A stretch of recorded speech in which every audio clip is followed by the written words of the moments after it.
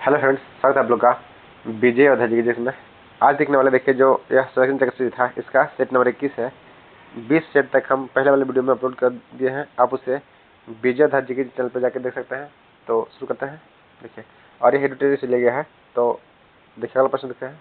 Sorry, एक motivation quote है। देखिए, राह संघर्ष की जो चलता है वही संसार को बदलता है। राह संघर्ष की जो चलता है वही संसार को बदलता है, और जिसने जीती है रातों से जंग, सूर्य बनकर वही निकलता है।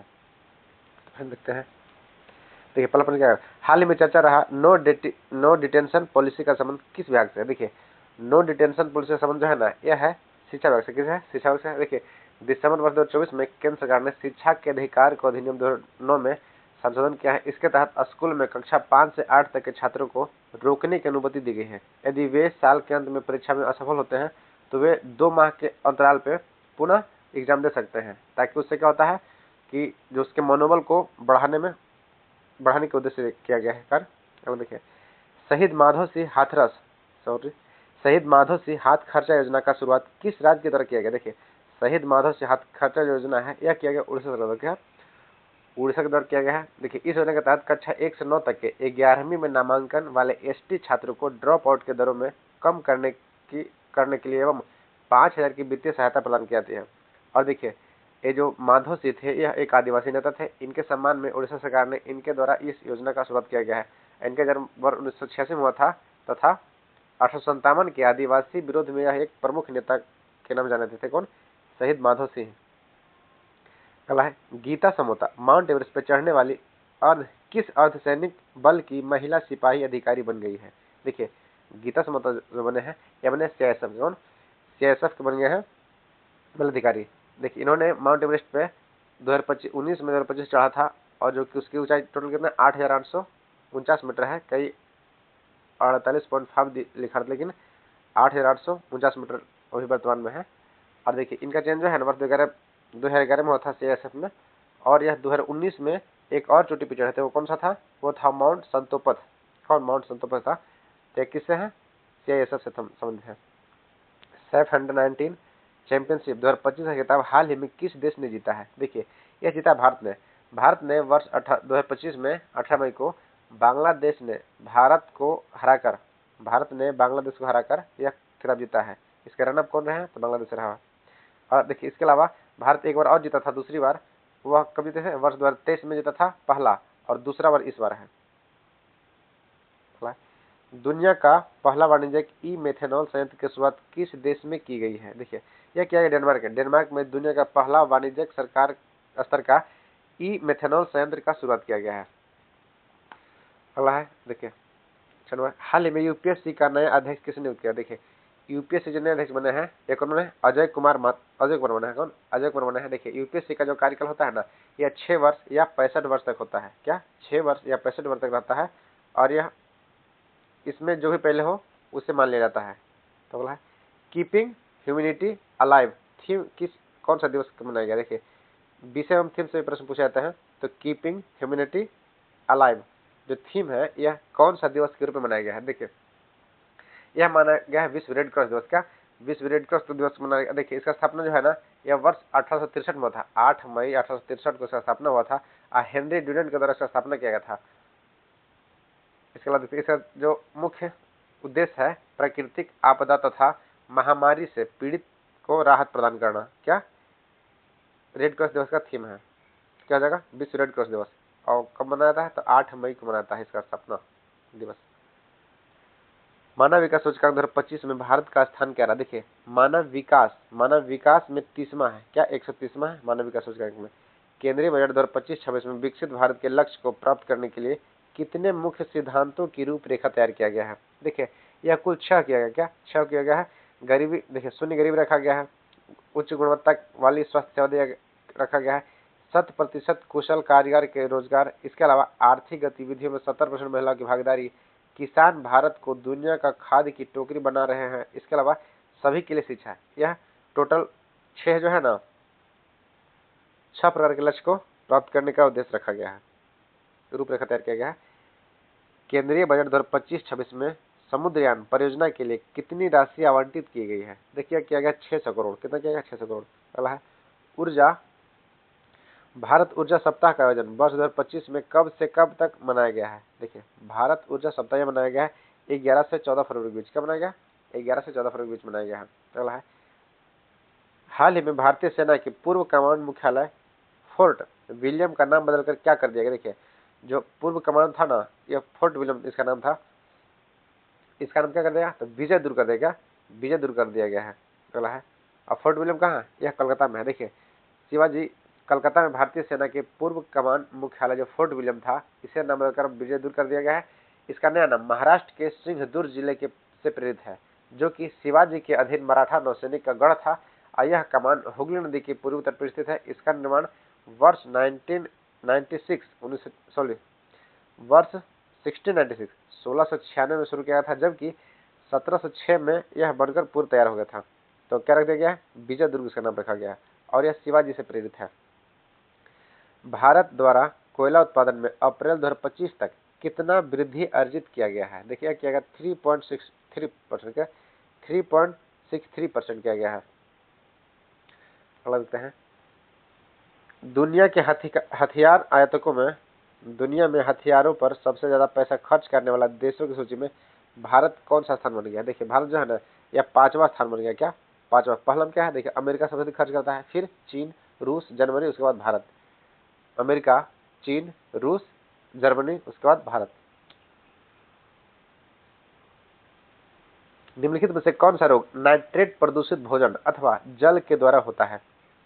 देखिए, होता है नाइट्रेट से होता है ना, 16% ब्लू बेबी सिंड्रोम जो होता है ना, ब्लू बेबी सिंड्रोम, ये किसे होता है? या नाइट्रेट से होता है। एक पर छूट गया। हाँ, सॉरी। लता दीनानाथ मंगेशकर पुरस्कार 2025 में किसे सम्मानित किया गया है? देखिए, यह किया गया कुमार मंगलम बिरला को। क्या? लता दीनानाथ मंगेशकर पुरस्कार जो दिया गया है, कुमार मंगलम बिरला को दिया गया है। अगला है, कौन सा रोग नाइट्रेट से होता है? तो देखिए, जो ब्लू बेबी सिंड्रोम होता है, यह नाइट्रेट के प्रदूषण से होता है। निम्नलिखित में से कौन सा तत्व सबसे पहले कृत्रिम रूप से उत्पादित किया गया था? देखिए, यह था टेक्नीशियम। टेक्नीशियम जो है ना, यह प्रथम कृत्रिम रूप से उत्पादित किया गया था। क्या? टेक्नीशियम, यह तत्व है। अगला, निम्नलिखित में से कौन सा धातु जल के साथ अभिक्रिया करके हाइड्रोजन उत्पन्न नहीं करता? देखिए, कौन सा धातु है जो जल के साथ अभिक्रिया करके हाइड्रोजन उत्पन्न नहीं करता? तो होगा कैडमियम। क्या होगा? कैडमियम। निम्नलिखित में से कौन सा कथन सत्य है? देखिए, इसका हो जाएगा अपचयन अभिक्रिया के दौरान परमाणु में इलेक्ट्रॉन ग्रहण होते हैं। यह क्या है? कथन सत्य है। देखिए, एक बार अपचयन उपचयन, अपचयन अभिक्रिया के दौरान परमाणु में इलेक्ट्रॉन ग्रहण होते हैं, यह सत्य है। देखिए, अपचयन अभिक्रिया के दौरान परमाणु में क्या होता है? इलेक्ट्रॉन ग्रहण होता है। देखिए, अपचयन एवं उपचयन के कुछ उदाहरण देख लेते हैं। देखिए, अपचयन में क्या होता है?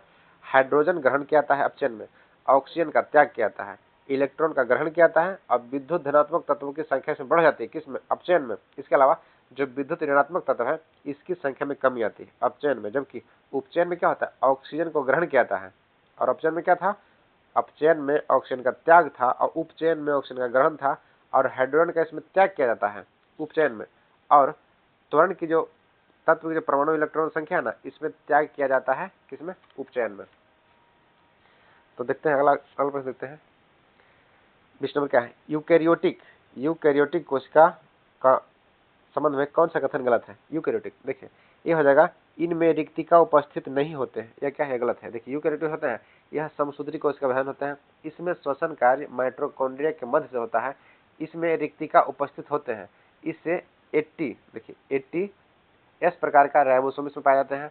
इनमें एक से अधिक गुणसूत्र भी पाए जाते हैं और इनमें लैंगिक जनन होता है। किसमें? यूकैरियोटिक में। तो अगला देखते हैं, निम्नलिखित में से ग्रंथियों में से टाइलिन एंजाइम का स्रोत क्या है? देखिए, टाइलिन जो है ना, यह लार ग्रंथि है। लार ग्रंथि क्या होता है? टाइलिन एंजाइम होता है। टाइलिन एवं लाइसोजाइम जो है, यह भोजन में उपस्थित हानिकारक जीवाणुओं को नष्ट करने का काम करता है। कौन कौन? टाइलिन एवं और कौन था? लाइसोजाइम। अगला है अलैंगिक जनन। एक सेकंड, विषाणु में निम्नलिखित में से कौन सा एक विशेषता नहीं होती है? नहीं होती है ना? हाँ, देखिए, इसका हो जाएगा कोशिका भित्ति की मौजूदगी। विषाणु में क्या होता है? कोशिका भित्ति मौजूदगी या क्या कथन गलत है। जबकि डीएनए या आरएनए मौजूद होता है, परपोषी कोशिका के भीतर प्रजनन होता है, स्वभाव में पूरी तरह परजीवी होते हैं। ये सब क्या है? कथन सही है। अलैंगिक जनन लैंगिक जनन से भिन्न है। किस तरह से? देखिए, अलैंगिक जनन जो है यह लैंगिक जनन से भिन्न इसलिए है क्योंकि नए जीव जनक माता पिता के समान होते हैं। किसमें? अलैंगिक जनन में।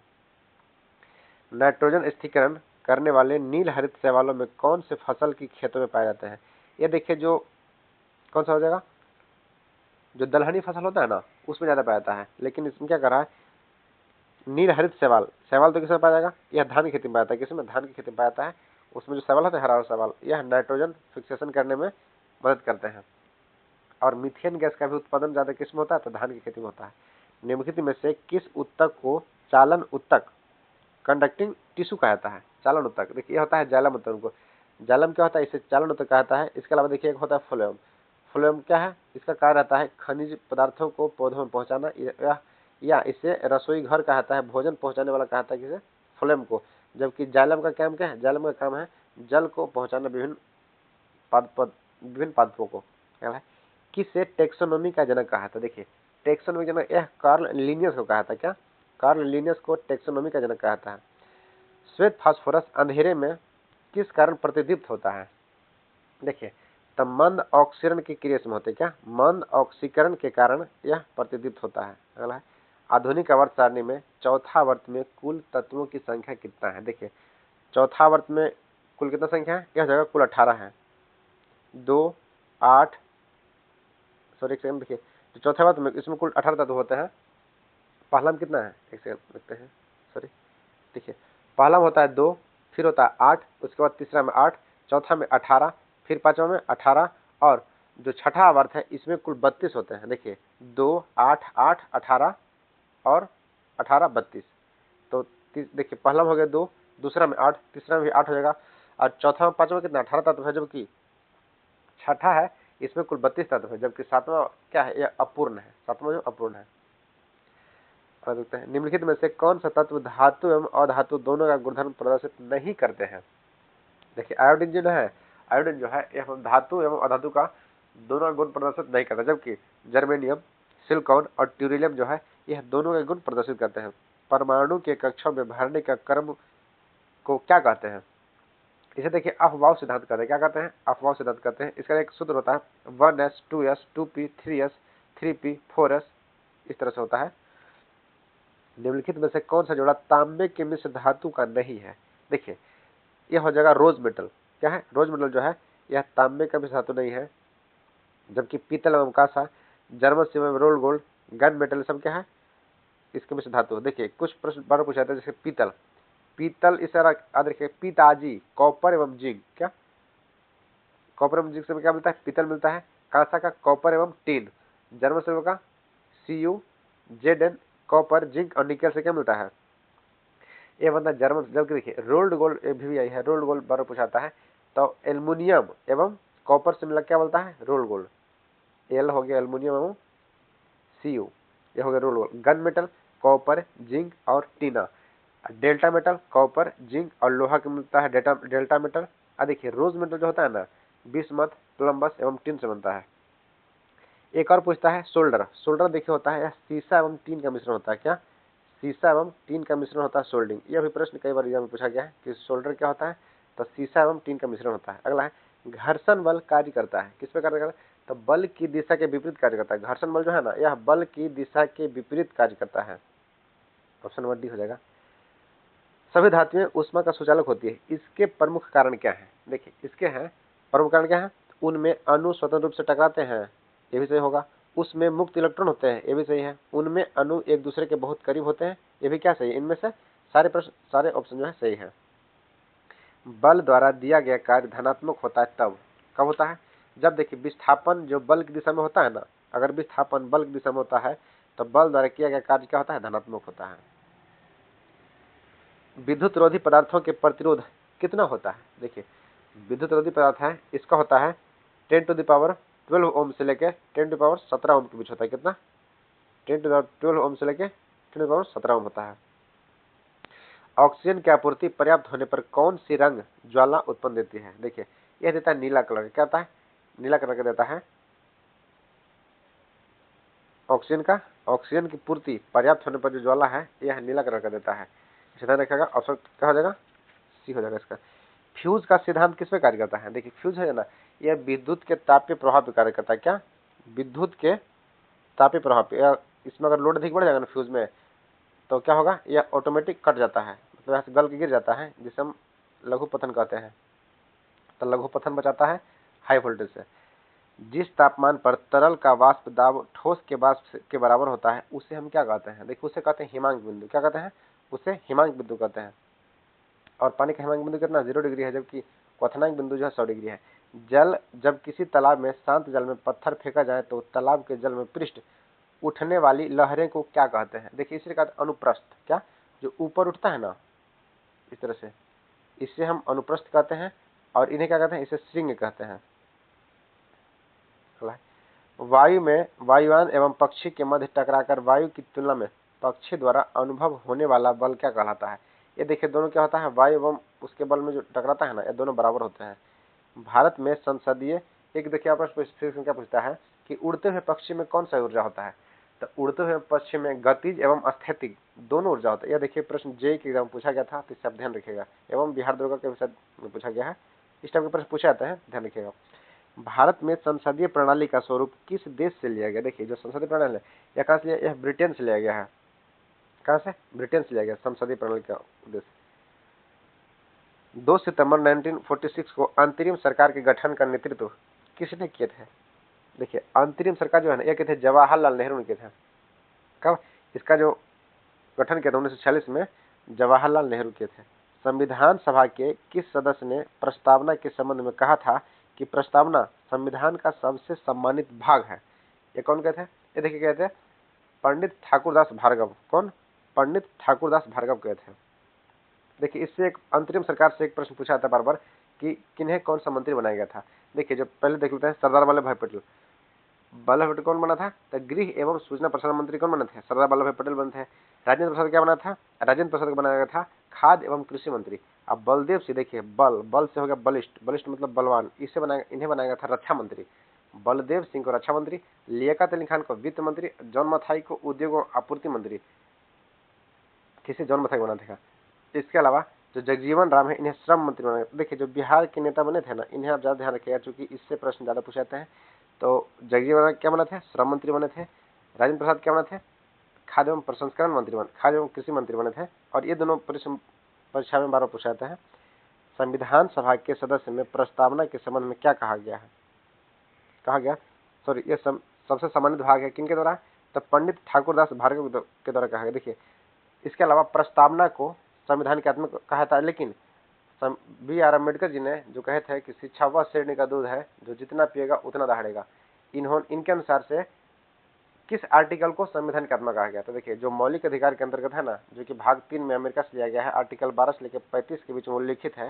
तो इसमें जो आर्टिकल 32 है संवैधानिक उपचारों के अधिकार, इन्हें अम्बेडकर जी ने संवैधानिक उपचारों के अधिकार को क्या कहते हैं? संविधान की आत्मा कहते हैं। अगला है पंचायत भवन होने की स्थिति में किस अवधि के अंदर चुनाव होना, पंचायत भंग होने की स्थिति में किस अवधि के अंदर चुनाव होना अनिवार्य है?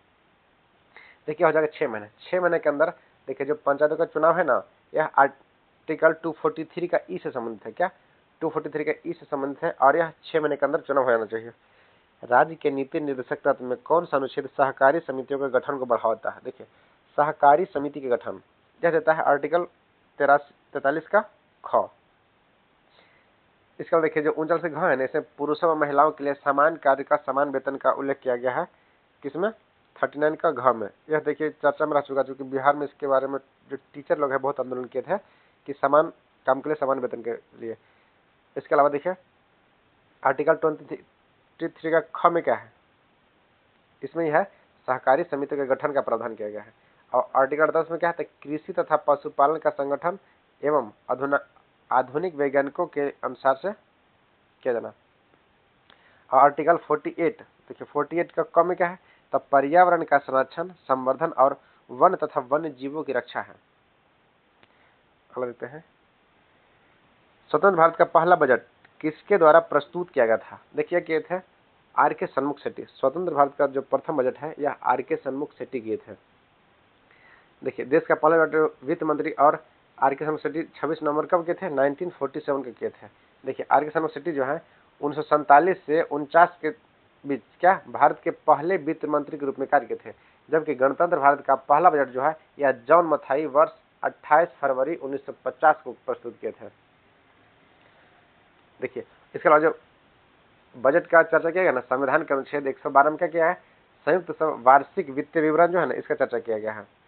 वार्षिक वित्तीय विवरण का अगला है, कौन सा लोकसभा और राज्यसभा की संयुक्त बैठक को बुलाता है। देखिए यह दोनों को बुलाते कौन है, राष्ट्रपति। आर्टिकल 108 के तहत संयुक्त अधिवेशन को कौन बुलाते हैं, राष्ट्रपति बुलाते हैं। लेकिन इसकी अध्यक्षता कौन करता है, तो इसकी अध्यक्षता जो है यह लोकसभा अध्यक्ष के द्वारा किया जाता है। किसके द्वारा, लोकसभा अध्यक्ष के द्वारा। वर्ल्ड इकोनॉमिक आउटलुक रिपोर्ट प्रकाशित करता है, कौन करता है, ये करता है इंटरनेशनल मॉनिटरी फंड। कौन, वर्ल्ड इकोनॉमिक आउटलुक जो है IMF, इंटरनेशनल मॉनिटरी फंड करता है। इसका स्थापना कब हुआ था, वर्ष 1944 में इसका स्थापना हुआ था।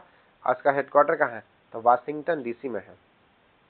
अगला देखते हैं 14 नंबर, क्या है, निम्नलिखित में से कौन सा सकल घरेलू उत्पाद, एक सेकंड, सकल घरेलू उत्पाद GDP की गणना करने का विधि नहीं है। देखिए हो जाएगा मूल्यह्रास लागत। क्या, मूल्यह्रास लागत विधि जो नहीं है, जबकि व्यय विधि, आय विधि एवं उत्पादन विधि ये तीनों है। अंत्योदय कार्यक्रम सर्वप्रथम किस राज्य में शुरू किया गया था। देखिए अंत्योदय जो है ना यह किया गया था राजस्थान में। अंत्योदय जो शुरू किया गया था कहाँ, राजस्थान में शुरू किया था। है निम्नलिखित में से गलत विकल्प का चयन कीजिए। यह हो जाएगा वाल्मीकि वन्य अभयारण्य पूर्वी चंपारण, यह क्या है, यह गलत है। वाल्मीकि वन्य अभयारण्य जो है यह पश्चिमी चंपारण में, क्या है, पश्चिमी चंपारण में है। उदयपुर वन्य अभयारण्य पूर्वी चंपारण में है। बरेला वैशाली में है। भीमबाद एवं मुंगेर। देखिए इससे एक प्रश्न बिहार पुलिस में बना था एवं इससे और भी प्रश्न बार बार पूछे जाते हैं बिहार दुर्गा से लेकर कई एग्जामों में। तो कृपया बिहार के जो वन्य अभयारण्य, इस पर देखिए हम शॉर्ट वीडियो बना चुके हैं और बनाने के 2 दिन बाद ही बिहार पुलिस में से एक क्वेश्चन आ गया था, तो कृपया से आप ध्यान से पढ़िएगा। किस शासक एकरा तथा सर्वतंत्रांक तक की उपाधि धारण किया है। देखिए एकराट तथा सर्वोच्च तांत्रक की उपाधि धारण कौन सा किया था। देखिए ये क्या थे, महापद्मनंद। कौन, महापद्मनंद के थे। देखिए महापद्मनंद ने 340 से पूर्व में मगध पर नंद वंश की स्थापना किया था। अगला है, बक्सर के युद्ध के संबंध में निम्नलिखित में से कथनों पर विचार करें। ये कौन हो जाएगा, देखिए इसमें हो जाएगा बक्सर की लड़ाई केवल अंग्रेज और मीर कासिम के बीच था। अगला है, बक्सर के विरुद्ध युद्ध पश्चात मुगल सम्राट एवं कंपनी के दीवान के एवं फौजदारी के लिए दिया गया था। इसमें न तो एक न दो होगा, कोई नहीं होगा। देखिए बक्सर के युद्ध जो है भारतीय इतिहास के निर्णायक लड़ाई में से एक था। यह लड़ाई जिसमें ब्रिटिश ईस्ट इंडिया कंपनी को बंगाल और बिहार पर नियंत्रण दिलाया। बक्सर के युद्ध में ब्रिटिश ईस्ट इंडिया कंपनी का नेतृत्व कौन कर रहा था, तो हेक्टर मुनरो कर रहा था। और देखिए 1764 में लड़ाई गई इस युद्ध में 1765 में इलाहाबाद की संधि हुआ था। इसे समाप्त करने के लिए 1765 में क्या हुआ था, इलाहाबाद की संधि हुआ था। ये सब अगला है, इसका ऑप्शन नंबर डी हो जाएगा, ना 1 न 2। वॉरेन हेस्टिंग पर किसने इंग्लैंड को में महाभियोग चलवाया था। वॉरेन हेस्टिंग को तो एडमंड कौन था, वर्क जो था 1785 में इंग्लैंड लौटा तो वहां क्या था, उन्हें वॉरेन हेस्टिंग पे महाभियोग चलाया था। अगला देखते हैं। देखिए वॉरेन हेस्टिंग क्या है, वॉरेन हेस्टिंग जो है यह बंगाल के पहले गवर्नर थे। इनका राजकोषीय कारागार कहाँ था, मुर्शिदाबाद से हटाकर कलकत्ता लाया गया था। देखिए प्रथम आंग्ल युद्ध था ना, यह मराठा के बीच हुआ था। प्रथम आंग्ल मराठा युद्ध 1775 एवं द्वितीय 82 में हुआ था। और मैसूर का युद्ध कब हुआ था, तो वॉरेन हेस्टिंग के समय लड़ा गया था। कौन, मैसूर का युद्ध। देखिए सुरक्षा प्रकोष्ठ की नीति, इससे एक और प्रश्न पूछता है कि हेस्टिंग का सुरक्षा प्रकोष्ठ की नीति रिंग फेंस पॉलिसी जो है वॉरेन हेस्टिंग से ही संबंधित था। तो इससे इतने प्रश्न बन सकते हैं। अगला है, महालवाड़ी व्यवस्था लागू करते समय बंगाल का गवर्नर जनरल कौन था। देखिए था लॉर्ड हेस्टिंग्स। महालवाड़ी व्यवस्था जो कि हॉल्ट मैकेजी नामक एक अंग्रेज अधिकारी ने 1822 ईस्वी में लागू किया था। कब, 1822 में लागू किया था। इस समय बंगाल का गवर्नर कौन था, तो लॉर्ड हेस्टिंग्स था। इस व्यवस्था मध्य प्रांत, यूपी, आगरा, पंजाब इत्यादि में लागू था। इस व्यवस्था के अंतर्गत 30% भूमि पर क्या था, यह शामिल था, महालवाड़ी। जबकि सबसे अधिक कौन सा था, तो रैयतवाड़ी था, जो कि हेक्टर मुनरो के द्वारा लगाया था। और यह कितने में था, 51% का था। प्राचीन ग्रंथों का हवाला देकर किसने समाज सुधारक की पहल प्रारंभ किया था। देखिए ये कौन के थे, ये के थे राजा राममोहन राय जी के थे समाज सुधारक के तहत। देखिए इनके अलावा यह सती प्रथा में भी बहुत योगदान दिए हैं और ब्रह्म समाज के संस्थापक कौन थे? राजा राम मोहन राय थे, जो कि 1828 में किए थे। देखते हैं, अंग्रेजों ने बंगाल को पीछे तर्क क्या दिए थे? बंगाल के पीछे क्या तर्क दिया था? देखिए, उसने दिया था कि प्रशासनिक सुविधा के लिए ये बंगाल सर्वश्रेष्ठ रहेगा। निम्नलिखित नामों में से कालक्रम व्यवस्थित करें व नीचे दिए गए कूट का सही प्रयोग कर बताएं। देखिए, इसका क्या हो जाएगा? इसका हो जाएगा महमूद गजनवी। क्या? महमूद गजनवी होगा। उसके बाद क्या हो जाएगा? मोहम्मद गौरी। उसके बाद चंगेज खां। उसके बाद तैमूर लंग। देखते हैं, विजयनगर साम्राज्य का संस्थापक कौन था? देखिए, विजयनगर साम्राज्य के संस्थापक यह हरिहर एवं बुक्का थे। कौन थे? हरिहर एवं बुक्का विजयनगर साम्राज्य के संस्थापक थे। ऑप्शन नंबर सी हो जाएगा। बिहार टाइम्स पत्रिका के संपादन के दौरान डॉक्टर सच्चिदानंद सिन्हा के सहयोगी निम्नलिखित में से कौन थे? देखिए, यह थे महेश नारायण, श्री नंद किशोर लाल, श्री कृष्ण शाह। यह तीनों थे, सब सही थे। इसमें चारों सही हो जाएगा। दामोदर, कोयन और स्वर्ण रेखा नदियां निम्नलिखित में से किससे निकलती है? देखिए, दामोदर, कोयन रेखा जो है, यह सब कहां से निकलता है? यह सब छोटा नागपुर के पठार से निकलते। कहां? छोटा नागपुर से, पठार से। देखिए, अगला देखते हैं, 63 नंबर प्रश्न क्या है? मात्रा के अनुसार वायुमंडल में मौजूद गैसों का क्रम क्या है? देखिए, इसमें क्या हो जाएगा? Nitrogen, oxygen, argon, carbon dioxide एवं नियोन। देखिए, वायुमंडल में सर्वाधिक मात्रा में जो है क्या? नाइट्रोजन कितना है? 78.08% है। ऑक्सीजन 20.95%, इसे हम 21% भी कर सकते हैं। और इसके अलावा जो आर्गन है, यह 0.93% है, 0.93% है। और CO2 क्या है? यह 0.04%। कई बार 0.03 लिखता है, लेकिन CO2 का हमेशा ध्यान रखिएगा 0.04% यहाँ लिख दिया गया है। और नियोन क्या है? 0.0018% है। तो सर्वाधिक क्या हो गया? नाइट्रोजन, फिर ऑक्सीजन, उसके बाद आर्गन, तब CO2 0.04%, उसके बाद नियोन, उसके बाद अन्य गैस है। देखिए, आर्गन एक अक्रिय गैस है। आर्गन क्या है? एक निष्क्रिय गैस है, लेकिन यह मात्रा में CO2 से भी अधिक है।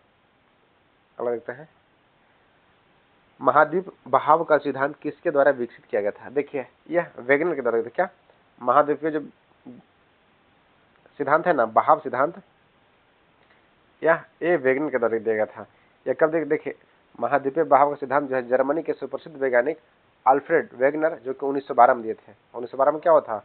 भारत की राजधानी कोलकाता से दिल्ली लाया गया था। लॉर्ड हार्डिंग द्वितीय के समय लाया गया था। अगला है, एक प्रभावी कोरियोलिस बल किसके कारण होता है? देखिए, यह होता है पृथ्वी के घूर्णन के कारण। किस होता है? पृथ्वी के घूर्णन के कारण होता है। पृथ्वी की भूपट्टी में मेंटल को अलग करने वाली सीमा रेखा को क्या कहते हैं? देखिए, इसे मोह असंबद्धता कहता है। क्या? भूपट्टी और ठोस ऊपरी मेंटल को अलग जो करता है ना, इसे मोह असंबद्धता कहता है। देखिए, कॉनराड क्या है? कॉनराड असंबद्धता यह ऊपरी ग्रेनाइट भूपट्टी और निचली बेसाल्टिक भूपट्टी को अलग करता है। लेहमैन, यह बाह्य क्रोड तथा ठोस आंतरिक क्रोड को अलग करता है। गुटेनबर्ग असंबद्धता, यह ठोस मेंटल तथा तरल जो बाहरी क्रोड होता है इससे अलग करता है। और रेपेटी असंबद्धता जो है, यह ऊपरी मेंटल एवं निचली मेंटल को अलग करता है। क्या? रेपेटी जो है ऊपरी मेंटल और निचली मेंटल का। तो मोह क्या हो जाएगा? मोह जो है भूपट्टी और ठोस के ऊपरी मेंटल को अलग करता है। क्या? मोह असंबद्धता। निम्नलिखित में से किस समूह के सभी देशों का तटीय भूमध्य सागरीय के साथ लगती है? ये देखिए, हो गया स्पेन, फ्रांस, इटली, अल्जीरिया जो है ना, ये सभी का लगता है। क्या? सभी देशों के साथ तटीय भूमध्य सागर से लगता है। स्पेन, फ्रांस, इटली एवं अल्जीरिया। अगला देखते हैं, आर्किड का ब्रोमिलार्ड जैसे परजीवी पौधे किस प्रकार के वन में उगते हैं? देखिए, उगते हैं जहाँ कहाँ? ज्यादातर वर्षा वन में उगते हैं। इनमें से कौन सा टिप्पणी प्राकृतिक वनस्पतियों और वाणिज्यता के ह्रास का मुख्य कारण नहीं है? देखिए, ये कौन जाएगा? वनस्पतिक और वाणिज्यत के ह्रास का मुख्य कारण क्या जाएगा? पशु चारण और ईंधन की लकड़ी का एकत्र करना। ये सब क्या जाएगा? ये सब नहीं। ऑप्शन नंबर सी हो जाएगा। केंद्रीय ईरी रेशम अनुसंधान संस्थान कहाँ है? देखिए, हो जाएगा मेघालय में। जो ईरी है ना, ईरी कहाँ है? मेघालय में है। अंतर्राष्ट्रीय साक्षरता दिवस किस दिवस को मनाता है? देखिए, जो 8 सितंबर है ना, यह अंतर्राष्ट्रीय साक्षरता दिवस मनाता है। देखिए, अंतर्राष्ट्रीय साक्षरता दिवस 8 सितंबर को मनाता है। अंतर्राष्ट्रीय वृद्धजन दिवस क्या मनाता है? 1 अक्टूबर को मनाता है। क्या? अंतर्राष्ट्रीय वृद्धजन दिवस। इसके अलावा जो विश्व युवा दिवस है, यह मनाता है 12 अगस्त। देखिए, इसके अलावा 12 अगस्त वर्ष 1992 में हाथी प्रोजेक्ट लॉन्च किया था, इसलिए 12 अगस्त को भी हाथी दिवस मनाता है एवं राष्ट्रीय युवा दिवस मनाता है, जबकि पुरुष दिवस मनाता है यह 19 सितंबर को मनाता है। और 5 सितंबर क्या मनाता है, यह शिक्षक दिवस मनाता है। देखिए अगला देते हैं, कौन सा सुमिलित नहीं है। देखिए जलप्रपात एवं नदी, तो इसका हो जाएगा अमृतधारा नर्मदा नदी पे है, या क्या है, गलत होगा। देखिए अमृतधारा जो है ना, यह हसदेव एवं हसदेव या हसदो नदी पे है, जबकि जोगर जलप्रपात कहाँ है, शरावती पे है। चित्रकूट इंद्रावती पे है। दूध सागर यह मानवी नदी पे है। बिहार का पहला रामसर स्थल कौन सा है। देखिए बिहार का पहला रामसर स्थल जो है यह है कांवर झील। क्या कांवर झील को उल्लेखित किया गया है। देखिए यह देश का 39वां एवं बिहार का पहला था। यह कुल मात्र 16 वर्ग किलोमीटर में है। ऐसे वर्ष 2020 में इसे मान्यता दिया गया है। कांवर झील को वर्ष 2020 में रामसर साइट का दर्जा दिया गया। अभी वर्तमान में कुल 5 रामसर साइट हो चुके हैं। जो पश्चिमी चंपारण है ना, उदयपुर झील, इसे भी शामिल किया। इसके अलावा नागी नेक्टी डैम था, और एक कुशेश्वर पक्षी अभ्यारण्य है जो कि कहाँ है, बेगूसराय में है ना। अगला है अंतर्राष्ट्रीय कृषि विकास कोष का मुख्यालय कहाँ स्थित है। देखिए अंतर्राष्ट्रीय कृषि विकास कोष का मुख्यालय जो है यह रोम हो जाएगा। कहाँ, रोम में। रोम कहाँ की राजधानी है, इटली का है। निम्नलिखित में से किस तारामंडल को शिकारी भी कहता है। देखिए किस तारामंडल को शिकारी कहता है, यह आर्यन को शिकारी तारामंडल भी कहता है। तो फिर देखते हैं इसमें, देखिए इसमें जितने प्रश्न थे जीके जिसका उसे हम कवर कर चुके हैं। अगर वीडियो अच्छी लगे तो कृपया इसे सब्सक्राइब कर दीजिएगा एवं कम से कम एक लाइक एवं अगर कुछ सुझाव तो कमेंट अवश्य कीजिएगा। वीडियो को पूरा देखने में धन्यवाद। Thank you. जय हिंद।